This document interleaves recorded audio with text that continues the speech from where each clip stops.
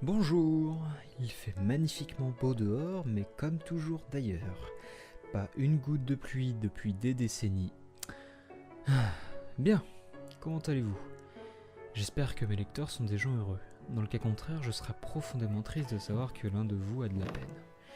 J'espère que les nouvelles vous apportent un apport de joie quotidien, même si parfois elles sont morbides, disons-le. D'ailleurs, aujourd'hui, nous allons voir une nouvelle légèrement différente des autres. Tout simplement parce que je ne sais absolument pas comment la lire. Je pourrais le faire sur un ton comique, ou tragique, ou un ton extrêmement neutre.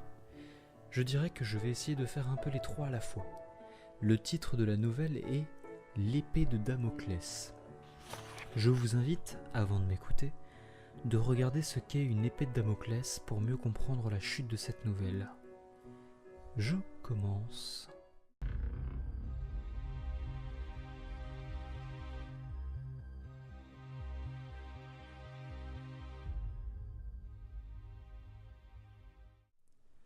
Les spectateurs sont éblouis par les talents du magicien Zoldeni, un magicien hors pair parcourant le monde à la recherche d'un nouveau public, mais reconnu de celui qui l'a déjà vu. On raconte que ses illusions sont tellement réussies que même certains magiciens ne comprennent pas la technique employée, et son enseignant, lui, reste muet sur la question, sans doute par peur d'avouer que son élève est meilleur que lui. Un magicien peut-être trop fier de lui. Ce magicien, Zoldeni, donnait un spectacle, avec les mêmes tours de magie, les plus communs comme les plus insolites. Ce spectacle ne se passera pas comme prévu, mais son tour final sera d'un tel étonnement que sa renommée dépassera toute son imagination, et pour être magicien, il en faut une grande d'imagination. 19h30. La salle commence à se remplir, les gens se bousculent, s'affolent et s'installent, puis bavardent. Et dans sa loge, Zoldeni, lui, se maquille, réfléchit, sourit devant son propre miroir et se congratule encore et toujours d'être arrivé jusqu'ici. Enfilant son veston noir et son haut de forme qui fera apparaître le plus beau des lapins blancs en plein milieu de son spectacle, rangeant dans ses poches ses foulards de couleur, prêts à passer dans l'oreille droite pour sortir dans l'oreille gauche, et la petite pièce de monnaie, son porte-bonheur, qui lui était si important lors de chaque spectacle, restera sur sa chaise, car son tour était devenu enfantin et il n'allait pas avec ses dernières illusions.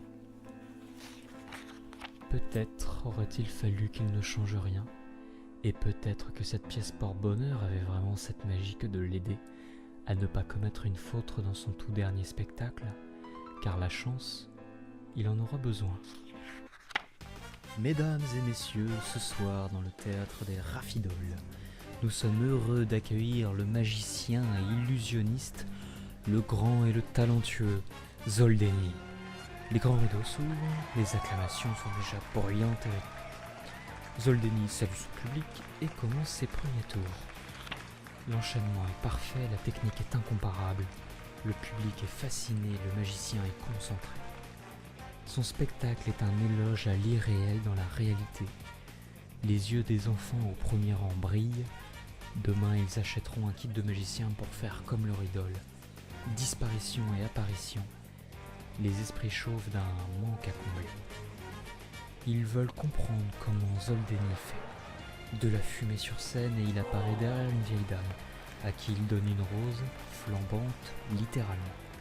Cette dame est d'ailleurs sa mère, toujours présente au spectacle de son fils, dont elle est heureuse que celui-ci réussisse dans la vie. De retour sur scène après 1000 bravos, les tambours résonnent et l'on entend le magicien regardant sur les côtés de la scène avec sa petite moustache rousse qui dépasse de son visage, la lumière fixant le personnage à la grande taille et au style vestimentaire excentrique.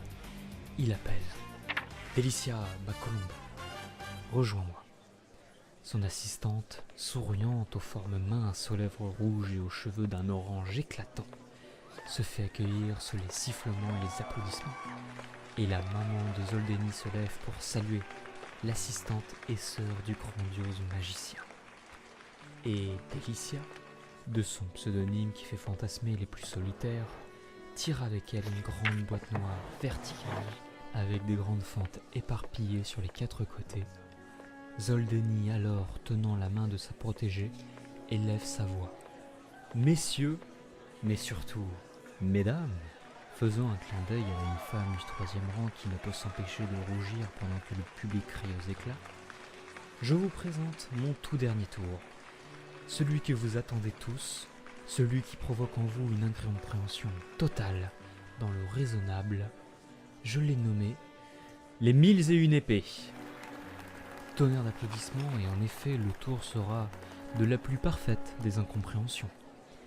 Délicia, rentre dans la boîte s'il te plaît. La petite s'exécute et s'installe dans la boîte, en bougeant la main de gauche à droite comme si elle revenait dans quelques secondes. Les épées sont, pendant ce temps, déposées près de Zoldeni qui en saisit une, démontrant bien la dureté de l'épée et le coupant de son outil. Il installe la première épée dans la fissure. Mais que se passe-t-il à l'intérieur ? Délicia, inquiète, n'arrive pas à ouvrir la trappe qui la fera passer sur la scène pendant que son frère agite l'épée devant le public.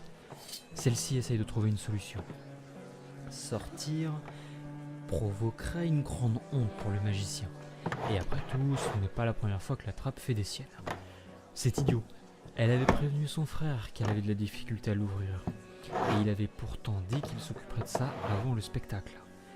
Elle regarde, analyse et après plusieurs essais, la trappe s'ouvre. 1, 2, 3, 20, 30. Les épées rentrent dans chaque part de la boîte et le public, lui, est entré dans un profond silence, prêt à voir la fille apparaître sous une chaise ou descendre par les airs. Ils imaginent l'inimaginable. Et soudain, le magicien, tournant autour de la boîte, ne possédant plus aucune épée, regarde son public, pose la main sur la poignée et ouvre d'un grand coup sec pour détruire le suspense. Des souffles se coupent, les enfants ouvrent grand les yeux, la femme du 3e rang s'effondre, la mère des 2 artistes hurle, ce qui interpelle Zoldeni qui regarde dans la boîte, la trappe bien ouverte, il suit les pieds jusqu'à la tête, le corps transpercé de sa sœur qui n'a pas eu le temps de s'échapper. Je vous l'ai dit, tragique, comique pour ses réputations entraînantes vers une chute presque prévisible ou neutre. Mais voilà, Grimm voulait faire pour une fois un magicien qui rate son tour de magie. On en voit peu. Il est donc amusant de changer le courant des choses. Bien. Encore une histoire de fini pour aujourd'hui. Je vous retrouve pour la prochaine avec impatience. La prochaine nouvelle est très courte, mais il y a quelque chose qui peut vous amuser. Si ce n'est pas déjà fait, je vous conseille d'aller voir la nouvelle « La terreur des profondeurs » afin de sourire sur un passage quand je ferai la lecture de la prochaine. A plus tard.